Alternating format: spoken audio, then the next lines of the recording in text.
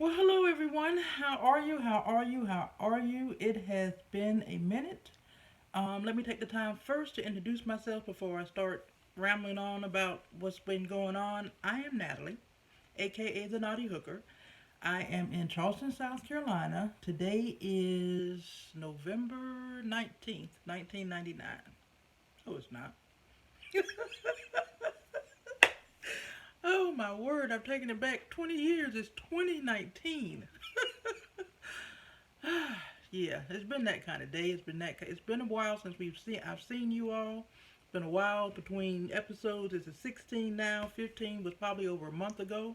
Well, I know it was over a month ago, and so much has happened. I think the last time I talked to you all, I had just come back from Hickory, North Carolina, and burying my grandmother, who was 102 when she passed. And come back home. I'm doing the temp thing again. I got a couple of temp jobs, a couple of them that were supposed to be permanent. That didn't end up being permanent. And in a way, it was a blessing in disguise because I had an uncle in the middle of October. He went in for to put a stent in his heart, and he ended up having cardiac arrest. It was 8 minutes between him having cardiac arrest before they could revive him, or they before they got him back. And in those 8 minutes, it was his brain wasn't where it wasn't there. It wasn't. But of course, you're hoping and you're praying and everything. So because I wasn't working, I was able to immediately get on the road and head to, well, not immediately, but I got on the road and head to North Tennessee, Nashville, Tennessee, where he was, to be with my aunt and a couple of other family members, and kind of spell her so that she could go home and get some sleep and know that a family member was there with him. So I spent about a week in Nashville, Tennessee with her and him, and eventually they took him off life support, and he lived about a couple hours after life they took him off, but he eventually passed away. So that was the Tuesday before salve.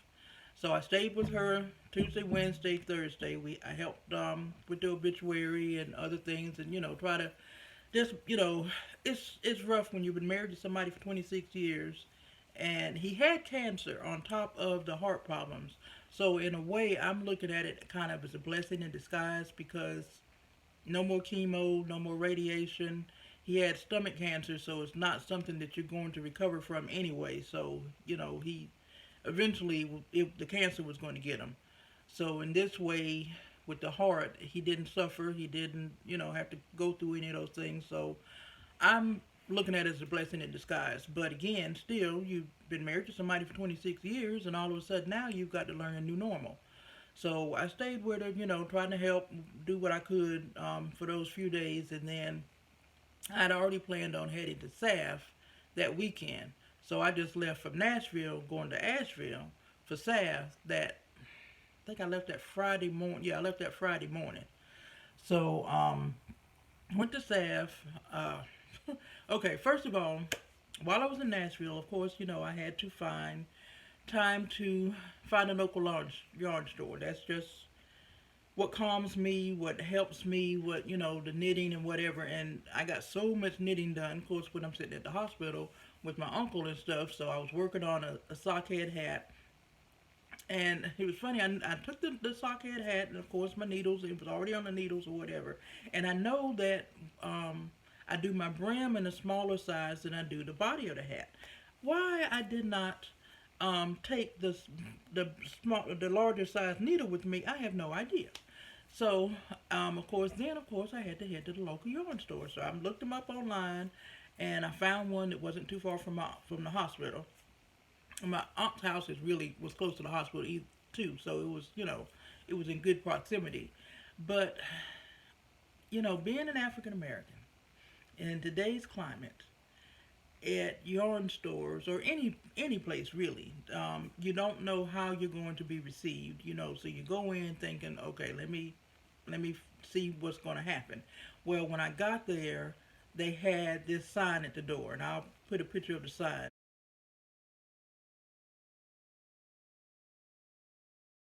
Which just took a total weight off because it let me know that I was welcome.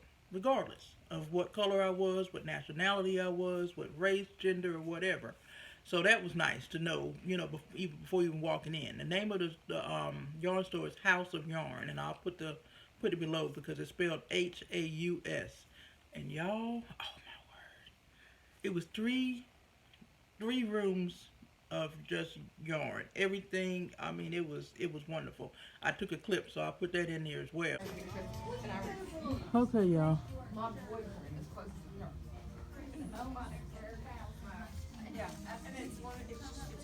This is the new store that I found in my adventures to Tennessee for a family emergency, but I still had to find a yarn store. And boy, did I find one. Look at this. Okay, this is Ruby. Oh, look. Look at this. Oh my. I came in for some needles. At least that was my excuse. Because I left my size 3 needle at home by mistake. It was a mistake. It really was. But I was going to find this beauty anyway. Look at this.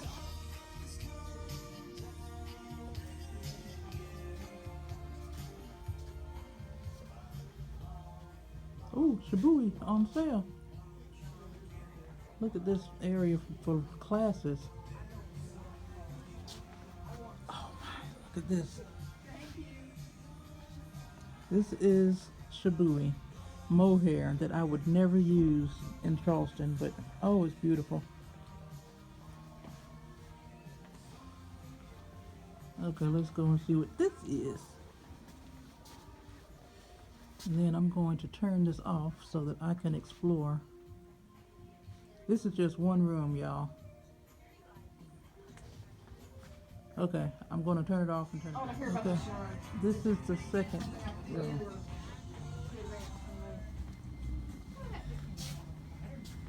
I know, I want something. Another space for teaching and learning and just sitting and enjoying a knit night. She has a cocoa knit blockers. I don't need to look at those. I don't need to look at those. Like to just read over the patterns, think you're following it. It's written out row by row, so I cannot imagine. Okay.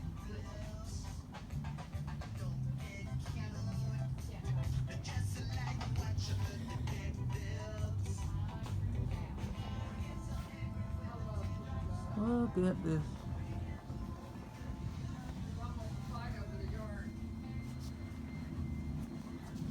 Sorry about that nail, ladies. Oh, look. Which yarn do you If like? I was a pom-pom person, I might actually be excited about those, but I'm not. This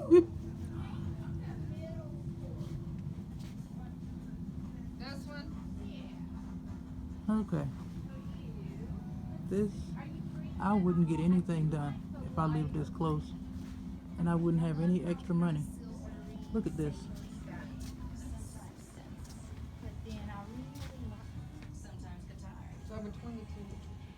So I went in, of course, just to get the needles, and I was good. No, I got the needles, and I got some CocoKnits stitch markers. And my local yarn store had ordered the CocoKnits stitch markers, but she had gotten just the big ones. And because I do a lot of socks and a lot of hats with fingering weight, I wanted the smaller ones, which I don't even know if you could see. The smaller ones. So they had them there, so I got the smaller ones, and I got my size 5 needle that I needed to go up on the hat. And I sat and talked and, what have you, met the ladies. And I didn't realize that Fringe Supply Company is in Nashville. So they had a top shelf of just all the Fringe Supply bags. They had the new fig. It was so hard walking out of there and not getting it, but I'm like, I'm already got my budget for SAF, and I don't want to dip into it. So, I'm went on, got my needles, went on back to the hospital, what have you. And, okay, he passed on Tuesday. So on Thursday, I was like, you know what? Let me go back to the yarn store just to say bye. Talk to people. I don't think I bought anything that second time. I think I just went just to go. And I'm going and I'm looking in the back review mirror and I'm seeing this white smoke and my car wouldn't get over, 40, 45 miles an hour. And I'm on the interstate and people are flying by me or what have you. So I'm like, okay. So I got there and I'm thinking, well, maybe I just need to put some oil in the car. So I put the oil in the car. When I go in, I sit down, we talk and, what have you. I go to leave and it's doing the same thing. So I call my daddy. I'm like, okay, Daddy, this is what the car is doing. And he said, Natalie, it sounds like you blew a head gasket. Now, I'm no mechanic, but I know a blown head gasket is basically the life sentence of a car. So I'm panicking. I just got off the interstate because I'm like, okay, I don't want to fall or break down on the interstate with all this traffic. So I got off the interstate. I don't know where I was at in Tennessee, but I got off. So he called his mechanic, and his mechanic called me, and I told him what was going on. He said, "Yeah, you sound like you blew a head gasket." He said, "Go buy this bottle of stuff called Blue Devil," which, of course, being a Tar Heel fan, it had to be Blue Devil. Really? Okay. So I'm in this wherever I was in Tennessee. Saw a gas station, but he had a big Trump supporter sign, and I'm like, okay, I'm not going there. So I kept on going, and I got to a Walmart, but before I went in, I looked on the app to see if they carried Blue Devil, and they didn't. They had other sealants, but it wasn't Blue Devil. I'm like, I'm not buying anything but what the mechanic said. So I get back in the car, I boogie up the road, and I've come to an O'Reilly's. So I pull in the O'Reilly's, I go in, and I'm like, okay, I need a bottle of Blue Devil. That bottle of Blue Devil was $73. $73, which means that went my yarn budget, right? But hello, I needed to get home. I was 7.5 hours away from Charleston, so yeah, I'm gonna buy this Blue Devil. So I bought the Blue Devil, and now okay, so I'm reading the bottle, and it's just me, and I'm in wherever I was in Tennessee. I called my aunt and let her know it was still daytime. It was about 3 in the afternoon, so it was still daytime. So I was good as far as it getting dark or whatever. But she was concerned about me being stuck on the out there after dark. I said no. I have to wait for it to cool down an hour, so I'm gonna sit in the car and knit while it cools down. So I sat in the car and knit, let it cool down. I go back in, and you had to drain the radiator. So here I go, climbing underneath the car. Found the plug for the radiator, drained the radiator. Then you had to put water in. So thankfully there was a Family Dollar up the street. So I go get a gallon of water from the Family Dollar. I come back, I put the plug back in the radiator, I put the water in, you turn the car on, you turn the heater up for some reason, up as high as it can go, and let it run for a little bit. And then you slowly, and it's stressed slowly, pour the Blue Devil into your radiator. So I'm slowly pouring the Blue Devil in while the car is running. And then it said to let it idle for 50 minutes running. And I'm like, by that time it was almost dark. So I'm like, okay, well, it's going to have to idle as I go back to Tennessee. Because I'm not just going to sit here for 55 minutes and whatever. And plus, it was still light enough that I could see whether the white smoke was still coming out the back. So I get on the road from wherever I was, put in my aunt's address and the GPS, and I head on back to Nashville. Because I wasn't in Nashville. I don't know. And there was a sign right outside the O'Reilly's that I should have taken a picture of. Because I cannot remember right now for the life of me. But I made it back to my aunt's house. No more problems with the car or what have you. So, okay. And I was leaving that next morning. So I get up Friday and got everything packed, got everything going, got on the road, and thankfully, no problems whatsoever. I got up to 60, 70, almost 80 one time coming out down that darn mountain. And so I haven't had any problems with the car since. But, of course, hey, it didn't account for the car trouble. So I get the salve, and it's funny, I'm no Gigi Made It, I'm no Creative CC, I'm no Adela from LL Bean, I'm just Natalie Knottee Hooker from Charleston, South Carolina. So I'm walking through salve, and I hadn't even been there 5 minutes, and this lady comes up to me, she's like, oh, you're Natalie! "You're the naughty hooker," and she gives me a hug. And her name was, I didn't know what her name was then. She thankfully messaged me later on that night, and so now I could put up. Well, I say I can put a name with the face. I'm not gonna remember what that lady looks like, but at least I know who it was. Her name was Lemma, Lemma. So we sat and talked or what have you, and then my one of my friends that I met her probably 3 years ago at SAF, and I think we met through a Facebook group. So when I went to SAF, we made sure we hooked up the Spunky Sheep. She was a vendor there, so that's where I was going when I met Lemma, was going to meet her because I knew where she was because we always meet and get our hugs or what have you, right? So I get there and a couple of my friends that came because we had quite a bit of people came from Charleston to SAF. Now we had I think like three different groups. I saw one of them, but I didn't know. I think I did run into the Kim and them or whatever. But when I ran into Kim, she was like, "Natalie, we saw this vendor," and she asked me, "Were you here?" And it was funny because she was like, "How do you know Natalie, and how do you know to associate Natalie with me?" But it was we had all met the first time. I think one of the first times we went to SAF, we went as a group or whatever, and Kim is legally blind, so she has a service dog. So of course that's easy to remember.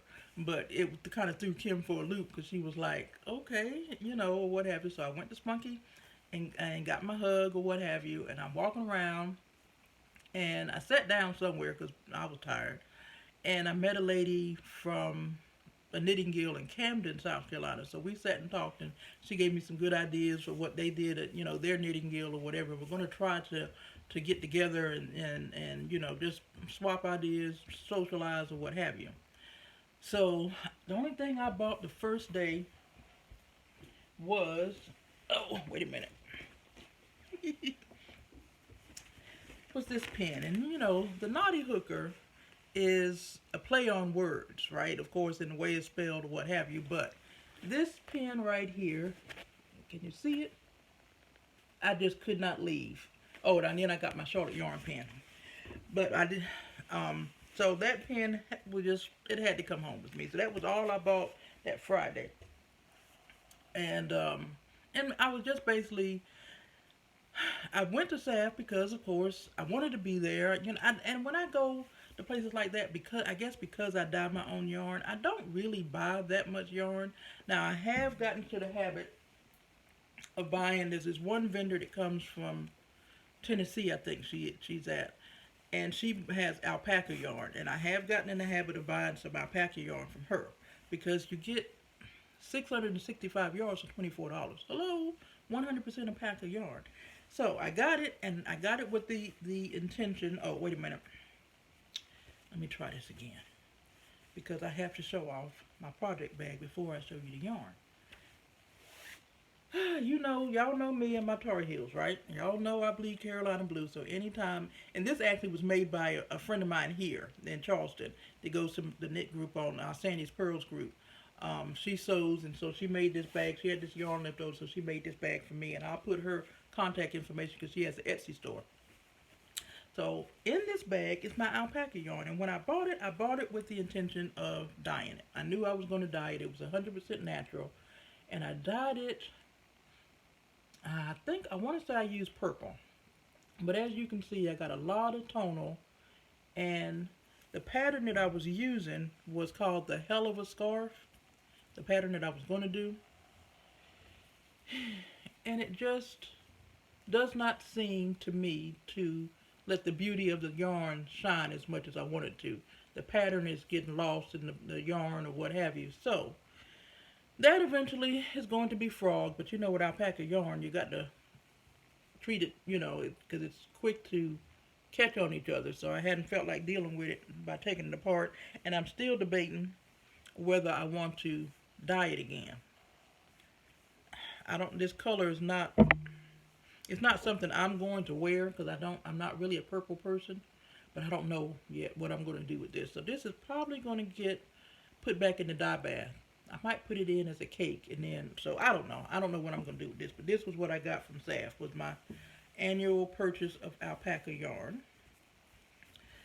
So I got that. Then I met up with, It was funny because one of the reasons I was excited about going to SAF was okay. I saw my spunky sheep, got my hug from Julia, and there was a guy that I had met, Stephen, from Charleston, West Virginia, that I had met in Edinburgh, and he was driving down. So I'm like, okay, cool. So we had plans to meet Friday night at this restaurant, called the Wicked Weed. Let's try this again. I got a phone call and it just completely threw me out of the video. So let me go back to meeting Stephen from West Charleston, West Virginia, and we went out, me, him, and my girlfriend. I met my girlfriend Chantel, who lives in Augusta, there at Staff. We shared a hotel room or what have you. So Friday night, the two of us went to this restaurant called the Wicked Weed downtown Asheville, and we met Stephen and we met two ladies that they owned. They were a vendor there called the Vicious Yarns. So we met them. The Wicked Weed was packed with yarn, packed with yarn. That would have been nice. Packed with people, so it was a good 35-minute wait before a table, but the food was excellent.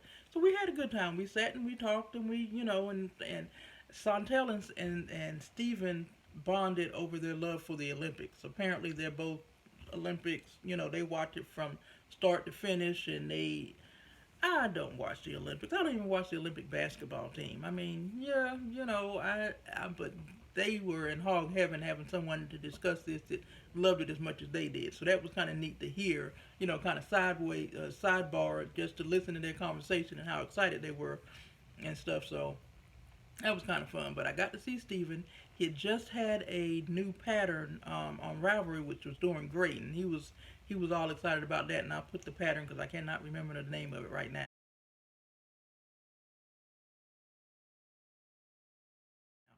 But so we oohed and awed over his pattern because we saw it the next day. So what I liked about SAF this year, okay, if you've never been to SAF, it's in Asheville, North Carolina, and it's at this like fairgrounds type atmosphere where they have different buildings. Well, apparently they had something in the main building with spas and pools or something like that. That somehow they got the Legionnaire's disease. People there got Legionnaire's. So SAF had thought everything was taken care of and that they were still going to be able to use the building. Well, 4 days before SAF was supposed to start, the health department came in and said, no, you can't. So here are those, and SAF is run by volunteers, which is amazing to me that these people take the time out of their day without any compensation to make this happen on a yearly basis, as huge as it is. So they had to get together, they had to scramble, and they went back to the original building they usually are in, which is more like an arena. So you have the bottom floor with the vendors, and then you had stairs and seats, it reminded me of rodeo because the floor was sawdust that they had covered with like indoor outdoor carpet, so people weren't falling and getting stuck in it or what have you. So, but it had the seats. So me and Steven just sat and we were just sitting and knitting, and when I'd see somebody from Charleston, I'd yell and they'd come up or what have you. So he got to meet quite a few of my friends from Charleston. So we sat, they would come and they'd bring the things and we'd ooh and ah over what they bought, and that's one of the things I liked about Edinburgh was you had your place to sit and talk, and you got to see what somebody else bought. So you more than likely went, like, okay, well, what vendor, and you spent more money, and versus somebody just buying something and not having that space and then just walking out and going home, and because hey, you didn't get a chance to share what you bought and maybe entice somebody else to buy it. So I like that about that, but it was something that they had to do in a pinch, and so that was nice. So I met with, me and Steven sat and talked. The ladies from Vicious Yarns, Julia from Spunky Sheep, Charlotte Yarn was there, and I had met them from stopping in Charlotte on my way to Hickory a couple of times. So that was nice, and it was funny. I had a Charlotte Yarn pen from way back when, and somehow when I went to Edinburgh, I lost it. And I stopped by the store a couple of times to replace it, and they didn't have it. So she was like, look, we got them in, and she had been trying to email me, but she didn't have my correct email address. So she was like, Natalie, I have your pen. I've been trying to get it to you in the mail. So she mailed it to me, so I got my Charlotte Yarn pen back, so I'm good to go. So let's see, what else? That was basically my trip. In a nutshell. And I did take the time, and it was nice that I had sent the one of the volunteers from or the staff a message because in looking at their having been to staff previously, I already knew the lack of diversity that was there. It's not. And I don't know if it's because of the venue being in Asheville or I don't know. And so I sent her a message because the post that she was putting on Instagram to let people know about staff and to basically count down were not diverse posts at all. And I get it. I mean, you're looking for a stock picture of women that are knitting or whatever, and of course I guess you're going to gravitate to what you know or what you see. So all their posts were just white women, and I'm like, okay, in this day and age and what we're talking about in the community, I would think you would be more cognizant to realize that you're only appealing to one demographic, and you want to try to diversify this event. I'm thinking, I'm hoping.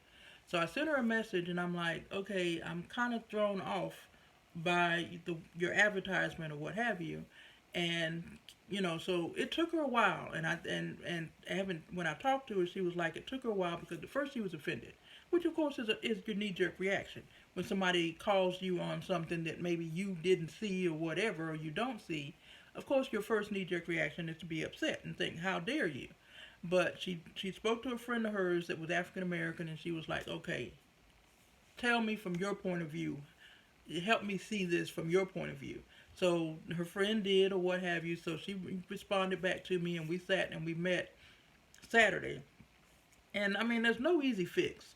But even she could see, you're sitting here and you're looking at 100 venues, 100 vendors there at SAF on the floor. We're kind of up. You can see. And I'm like, there's not, everybody's white. Except for Charlotte Yarn, and that was it.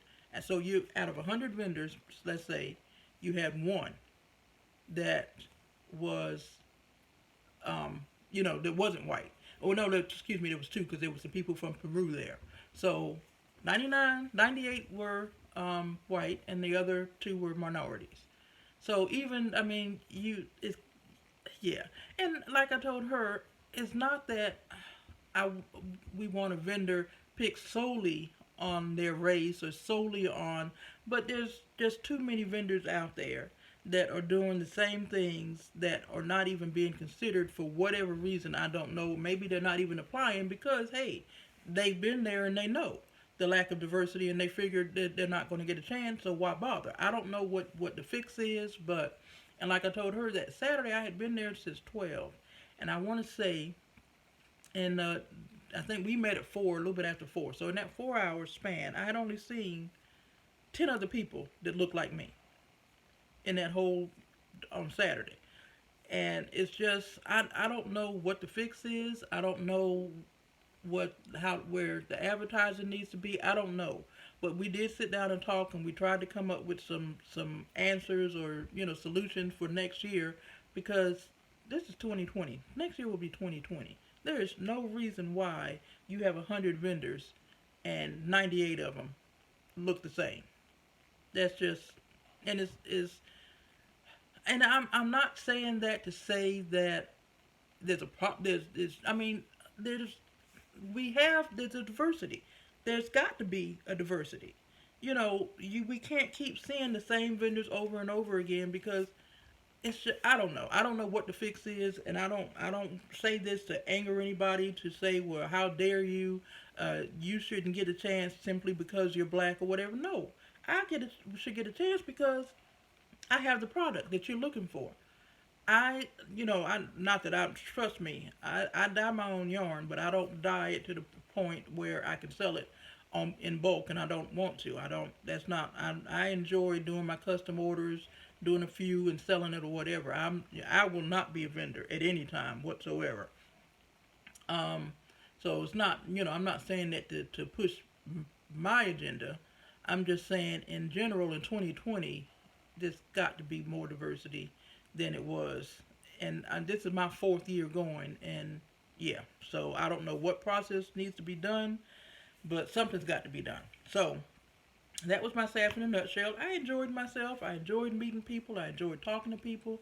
There are a lot more fiber festivals popping up throughout the South now. So there were a lot of people walking around handing out flyers, handing out little postcards, letting them know for next year. So we've already got a list of, a few of them that we know about. And how come I didn't know that there was a fiber festival this past weekend in Barcelona, Spain? Hello? I've got to get a job because I am missing out on my passport could have been had a Barcelona, Spain stamp on it had I had a job and well had I known about it. But I was like, so I don't know when the next one is, but I've got to get me a job so that I can get back on the road and back to traveling and back to seeing whoever. So that was my Asheville trip in a nutshell. What have I been doing since I got back from Nashville? I cast on y'all my first sweater. And it's really a sweater poncho. But this here is the Mei Yu Sweater, I think. Or just a Mayu, I think is what it's called. It's Espace Tricot pattern. And it's like I said, it's more of a poncho than anything. But, wait a minute, let me see. You cast on here, right? And then you go to the left. And what I like is the little border is like an I-cord border at the bottom so it doesn't curl up or what have you. So you do this and it's just stockinette once you get past these little 4 stitches that you do for this edge. And then you do this for 9 inches and then you decrease and then you just make a decrease for the sleeve. Now, didn't read the pattern right. I had a question on the pattern. And instead of asking right away, I went 9 more inches and then asked and found out I was doing it wrong. So I had to frog 9 inches. This is a heather gray, so it's not as bad as black, thank goodness. But I had to frog back to basically all the way back to here, where the edge is, and start over. I frogged it back. I picked up 122 stitches and I kept on moving. So I did it and I bound off the edge. And then what you do is you pick up the edge that you started with and then you start knitting to the right. So I got my same little border on this end and then I'm just doing stockinette. So I do this for 9 inches, do my decrease or what have you. Now, because I crocheted first, that long tail cast on, I can't get it and I don't like the way it looks. So I always do a crochet cast on. Always. Anything I'm doing, it's got a crochet cast on. But that made it a lot easier to pick up stitches when it was time to pick up stitches. Now I say that because I don't do a long tail, so I don't know how easy a long tail cast on is to pick up stitches, but I know this crochet cast on was wonderful. So I picked up the stitches and now I'm going in the opposite direction. So that is one of my whips. And you know me, I always have. But now, okay, this yarn I got from Craftsy on clearance when it was still Craftsy before it turned Blueprint. And I bought a whole bunch of it. Just because, hello, it's a wool, 100%. Wait a minute, what cotton is it? It's 100% fine Highland wool, right? And it's really fine. It's a light fingering versus just a fingering. So I'm holding 2 together. So I've made a couple of hats. That was the thing. I don't know if I told you all. Remember I told you about the hat that my uncle told me I needed to make him in April? And he came up and he was like, at Grandma's birthday party in April, he was like, Natalie, I need a hat in September. Well, of course, then Grandma passed the first week of September, and he's like, okay, I don't have my hat. So, I got you. You'll have your hat before the end of September. So I pulled this yarn out because, being a man, I wanted something not too bright or whatever, and I figured this will go with any coat he has. So I made the hat, and I used the Sockhead hat pattern because that's just my go-to pattern because it's simple. Well, I held 2 strands together, and I didn't adjust the pattern for that. So it said cast on 144, I cast on 144. I get this hat and it was huge. And I'm like, great, this is not going to work. So I washed it and dried it, and it did shrink quite a bit. So that was nice. But so I'm thinking, okay, it shrink whatever, so it'll be good. So I went ahead and sent it to him, and I was still way, a couple of weeks ahead of my deadline. But my uncle is bald. So, of course, he had no hair to help keep this hat on. So I get this phone call from my uncle saying, my head is not as big as your daddy's. So, but his wife, because, of course, she has the hair to keep it on, she snagged it. So he was like, thank you for the hat, but your Aunt Annie is wearing it. So I'm like, okay, great. Okay, Uncle Jimmy. So here I go back, casting on another hat. And I remember the bingo card that we're doing for the Flowertown Knitting Guild. You had to do cables. So I'm like, okay, I'm going to do this hat, and I'm going to put cables in it so I can knock that square off my bingo card. But I was basically making it up as I go along. I had the panel for the cables, and I'm just going around. So I did that, and I made sure when I cast on, I made an adjustment for the fact that I was holding two yarns together. Did my cable. It turned out great. But unfortunately, I started decreasing too soon. So the hat fit my 4-year-old grandson. So yeah. Okay, let's try this one more time. So the third time was a charm. I made the adjustments, I made the hat, I made sure it was small enough to where he could wear it, and sent it to him. And I think I still did all that in September. He still got it. No. Yeah, he got it before. He might have got it the first week in October, but still, I was close. So he got his hat, thank goodness, after 3 tries. And the thing was, I had planned on making Aunt Annie a hat, but I was going to make her a red one.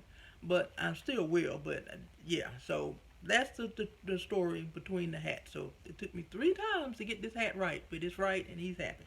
Got his hat. So, but now I only have, this is all the yarn I have. So once I finished, and it took 2 whole skeins for the left side. And so I figured it's going to take those 2 skeins for the right side. Hopefully these 2 skeins will be enough to do the front. Because if it's not, I am in a world of trouble because it's no longer available. So I guess I'm going to have to, if I get to that point, put out a call on Instagram, Ravelry, wherever. Yeah, so I have to wait and see how much yarn I need. But I'm hoping and praying that this is going to be enough. So that's that. And what else have I done? Oh, okay. See that lovely hat back here on Clarice? It's a worm hat. And it was a slouchy worm hat. And it fit just the way I like it. My locks, and I can really see my hair growth when I look at videos. Because when I did my Edinburgh video, I had just got it twisted. But anyway, that's just an aside. But that hat was a slouchy worm hat. For some reason, and it's a superwash merino, so I thought I could wash it and dry it in the dryer. Well, it felt it. It still fits, but it's not nearly as slouchy as I wanted it to. So I decided I'm going to cast on another Sockhead hat for me. Well, I was using going through my scrap yarn, because I have so much scrap yarn left. Even after that blanket I made, I still have quite a bit. So I decided to use up some pinks. Now, I'm not quite sold. This I made a hat in, and this yarn was the yarn. Remember, I snow dyed a couple of years ago when it actually snowed and stuck and all that. This is that, and it's amazing to me. I put the yarn in the thing, put the ice on it, put the dye on top of the ice, and it's striping. I don't know how, but it is. But anyway, I don't know that I really like the difference. It was fine in the blanket, but I don't know. But I'm going to keep on going. Hopefully, I have enough yarn to finish, because this is all I have. So we'll see. But that's what's on my needles, one of my needles right now. Oh, how did I forget this? Now, my girlfriend Chantel, she's the one that I went to Edinburgh with. I met her in Edinburgh, and again, she lives in Augusta, and I don't think we had seen each other since Edinburgh. So my birthday had passed, and I think her birthday had passed. I don't know. Yeah, I'm pretty sure her birthday passed too. But anyway, so, I love Hohi. I love her patterns, and I love her BA bags. So Chantel gifted me a BA bag, and I got the little one, the pouch too, but I didn't bring that over here with me. So I have a Hohi Locatelli, a Hohi and Company BA bag in this gorgeous mustard. It feels so good, y'all, and it holds a lot more. So I have that hat on my needles. I have a friend of mine that's a photographer, and she has some trip coming up in December to where she's going to be in cold. So she wanted a pair of mittens. But she wants a pair of mittens with a hole for her finger so she can still take pictures, but the rest of her hand is covered. So we found a pattern, and the pattern I picked was a super simple pattern by TinCanKnits, and I figured I'd just put the hole in it for her finger. I cast it on first with some DMPs. That I really don't like using DMPs for something this small. So cast it on with the DMPs. I did the 4 inches of the ribbing. I did the thumb gusset, and I was so proud of myself because this is my first time making a pair of mittens. I've made fingerless gloves, but I think I've always crocheted the fingerless gloves. So this is my first time knitting a pair of fingerless gloves. So I did the gusset, I had that right, everything came out, and then it tells you to put a stitch in and then join it. Well, I'm sitting here thinking, okay, if I put 1 stitch in, that's not going to take me back to my original count of 36 that I cast on. So I figured, you know what, I'm just going to put 3 stitches in and keep it moving. Did not think that that was going to put a hole. And then I figured, okay, well, I won't put it where the thumb is. I'll do a few stitches and then put it and then keep on going. Yeah, I ended up with a nice big old hole in my mitten. It did not look good at all. And yeah, I'm like, I'm not going to try to stitch this close or what have you. So of course, when I put it on Instagram, they're like, well, Natalie, you were supposed to put it in the thumb gusset. Well, I know that now. But hello, at the time, I thought I was, got the big head. I know what I'm doing. I can do this. And yeah, no. So I had to frog it because there was no way I was going to. And in a way, it worked out better because I cast on 30. This is supposed to be worsted weight yarn. But it feels more, I don't know if I stretched it or what, but it feels more DK weight. So the 36 stitches was it didn't fit on. Her hand is smaller than mine, but yeah. So I ended up going with 44. So I frogged it, got out DMPs, put it back on, and I'm like, you know what, I just can't deal with this fiddly stuff. So I ordered me some 9-inch circulars that just came yesterday. So this is how much I've done since I got them yesterday. So this is going to be a pair of mittens. I hand dyed the yarn because she wanted a teal and a gray. So this is what the yarn is going to look like. Or this is what the yarn looks like. So this is going to be a pair of mittens so that she can take it on her trip. So I have my sweater on my needles because, you get bored with one project. And I know there's some people, I have a girlfriend of mine that, Karen, that in my Sandy's Pearls group, that she's strictly monogamous. She will only do one project, and it just boggles my mind how she can do that. Because I have to, when I get bored with the sweater, then I go to the hat. When I get bored with the hat, or I get bored with fighting with these little 9-inch circulars, and I go to the hat, or what have you. And I'm thinking about pulling these socks out of timeout. Because I have got to finish these socks by the end of the year. I am just determined. Now, what I'm thinking of doing, because just to maybe motivate me, I think I'm going to go ahead and take these apart and at least start on the toe on both of them, and maybe that will motivate me to finish, because all I need to do is take this apart. I already have the yarn, so I take it apart, put the toe in, put the afterthought heel in. I've gotten to the point on this where I just put in the yarn for the afterthought heel here. So I'm so close, and I'm so tired of people asking me, well, what about the sock? Where are you at with your sock? Are you done with your sock? No, I'm not done with this damn sock. And trust and believe, when I finish this sock, I will never, ever, ever, ever cast on another one. Not going to do it. You can tell me, oh, it's fun. Oh, I love making socks. Good for you. I ain't doing it. No, nope. So, I'm going to try to make myself finish these socks before 2020 rings in.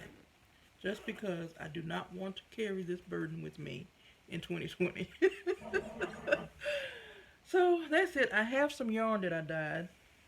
My roommate is a purple lover, and she modeled that the flying solo cow for me and loved it.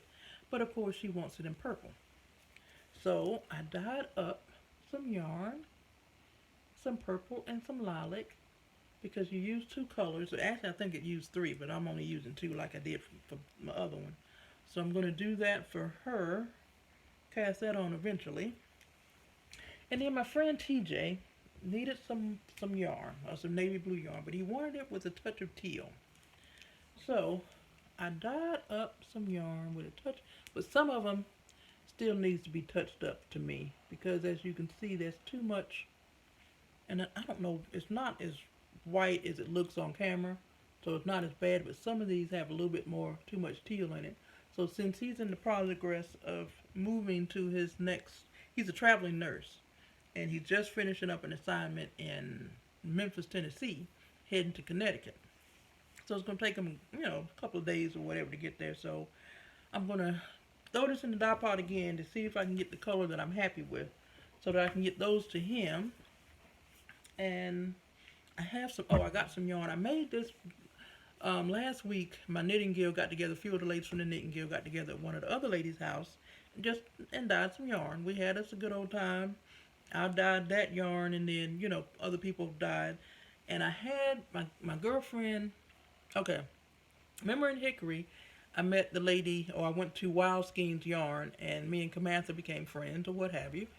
So, of course, when I was in Hickory for the funeral, I went back and sat and knit and talked, or what have you. And she gave me some minis to practice on for the blue that I needed. So I made this mini, just playing around it with the dye day, and I took it to my Pearls group, and they fell in love with it, one of the ladies, so she wants 2 skeins of this. So I've got to dye this up. I said I was going to do it today, but I'm getting ready to go play some Wizards Unite, because the Brilliant event starts today, so I'm getting ready to go battle in some fortresses. So I might do this either tonight or tomorrow, so I can get this to her. So that's what I have to do, is try to replicate this. That's all going to be fun. Because you know me, I don't write anything down. I just wing it. But I think because it's still fresh, I should be able to do that one. So, I think that is all for today. I shared the bag. I shared my alpaca yarn. I'm trying to, and I really should write these things down. I see people with their little show notes and they're, oh, well, next we're going to do a time. Yeah, no. And then I finished the video and it's like, man, I meant to say this, or man, I meant to show this. But yeah, that is it for me. I'm going to get up from here and go hang out with some friends and catch some foundables and free some foundables and battle in some fortresses and get some knitting in later on today. So you all enjoy. Thanks for coming along for the journey. Thanks for, it's been a rough couple of weeks. Just, you're never ready to say goodbye to anybody. And he was only 67 years old. And my daddy didn't take this well at all, because him and my daddy were really close, and there's a 10-year age difference. My daddy is the oldest out of all of them. So worrying about him, worrying about my aunt, and stuff. So it's been, and I kept saying I needed to do a video, but I just, yeah. So today was the day. I figured let me get on here now, because if I keep putting it off, it'll be December, and y'all, I would have finished whatever. And so thank you for spending time with me today. Thank you for taking the time out of your day to watch me and listen to me ramble on. Any comments you have, any questions you have, you can put them below. I'll try to get to them, or as soon as possible. The only thing, when you look at it on the iPad or on my iPhone, you don't see the comments. So I have to remind myself to go to the iPad so I can see what comments are being made or whatever. But thank you for joining me again. If you are new to the channel, welcome. If you are coming back and listening to me ramble on, thank you. you can hit the subscribe button, hit the little bell so you'll be notified instantly when I post something. And I will hopefully see you within a couple of weeks versus a month and a half. So hopefully everything will go smooth. I'm heading to Atlanta next week for Thanksgiving. My children have called and threatened me and let me know that they expect to see me in Atlanta. So me and my daughter and my granddaughter are going to drive up. And I'm sure she's going to talk my ear off, but I'll have some knitting to counteract the jabbering that she's going to be doing for 5 hours. Yeah, fine. So I'll spend next week in Atlanta, which of course means a visit to the Needle Nook and whatever other yarn store I can find there. But I'm rambling again, so I'm going to say goodbye. I'm going to say thank you again. I'm going to say happy knitting and talk to you soon. Bye.